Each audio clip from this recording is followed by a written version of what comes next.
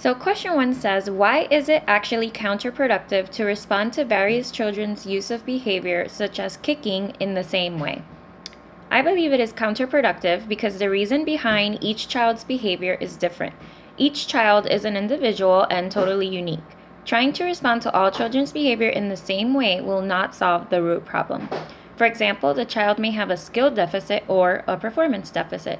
Plus, not all children react in the same way. So while one strategy will work for one child, it will not work or maybe even worsen the problem for another. The video also stated that we must build on children's strength to change challenging behavior, and as we know, each child has different strengths. Number 2 says, what source of information do you gather in your classroom that will help lead to individual behavior planning for children? Well, the first source of information we can gather in the classroom is to define the behavior based on direct observations over a period of time.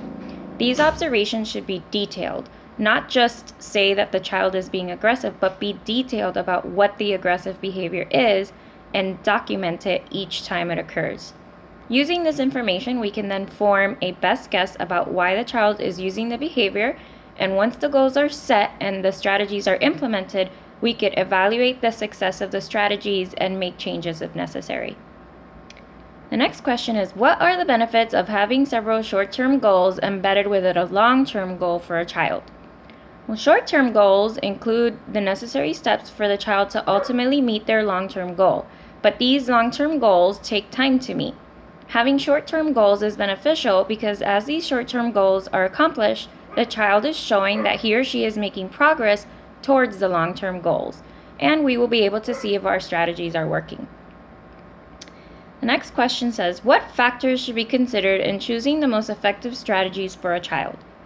It is important to capture what happened before the behavior, for example, what triggered the child to act out, as well as the behavior itself, and then what happens after the behavior.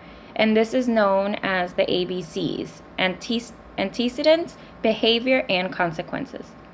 Other factors, such as illness or fatigue, can also play an important role in the child's challenging behavior and should also be recorded. This full picture will provide important clues as to what strategies will be most effective with that particular child.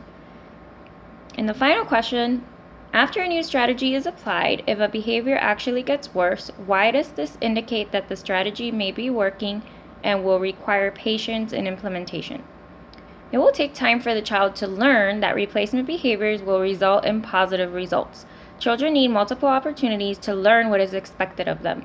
Also, was mentioned in the video that children will keep trying to get adults to respond the way that people have always responded to their problem behaviors before.